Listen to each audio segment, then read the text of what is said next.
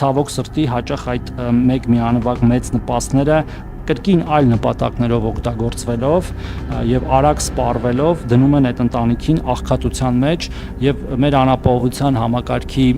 ուսումնասիրություններն ցույց են տալիս, որ բազմազավակ 4 եւ ավելի, 5 եւ ավելի երեխաներ ունեցող ընտանիքների զգալի մասը ստանում է անապահովության նպաստ, այսինքն նրանք այդ երեխաները ունենում են, բայց չեն կարողանում հոգալ նրանց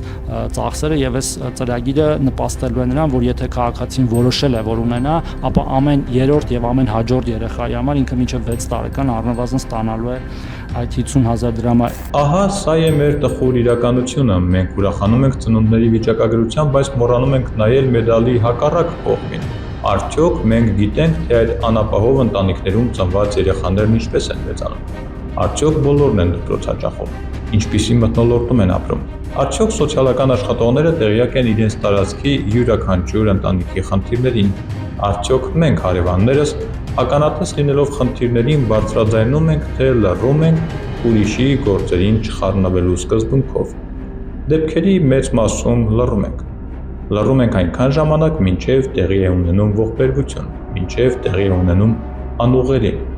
Եվ հետո սկսում ենք խոսել, մեղադրելով, դատելով, պիտակավորելով։ Մեղադրում ենք գուցե ենթագիտակցորեն փորձելով ինքներս մեզ ազատել մեղավորության զգացումից։ Գուցե այս անգամ էլ անենք այն, ինչ կարողանում ենք անել ամենալավը։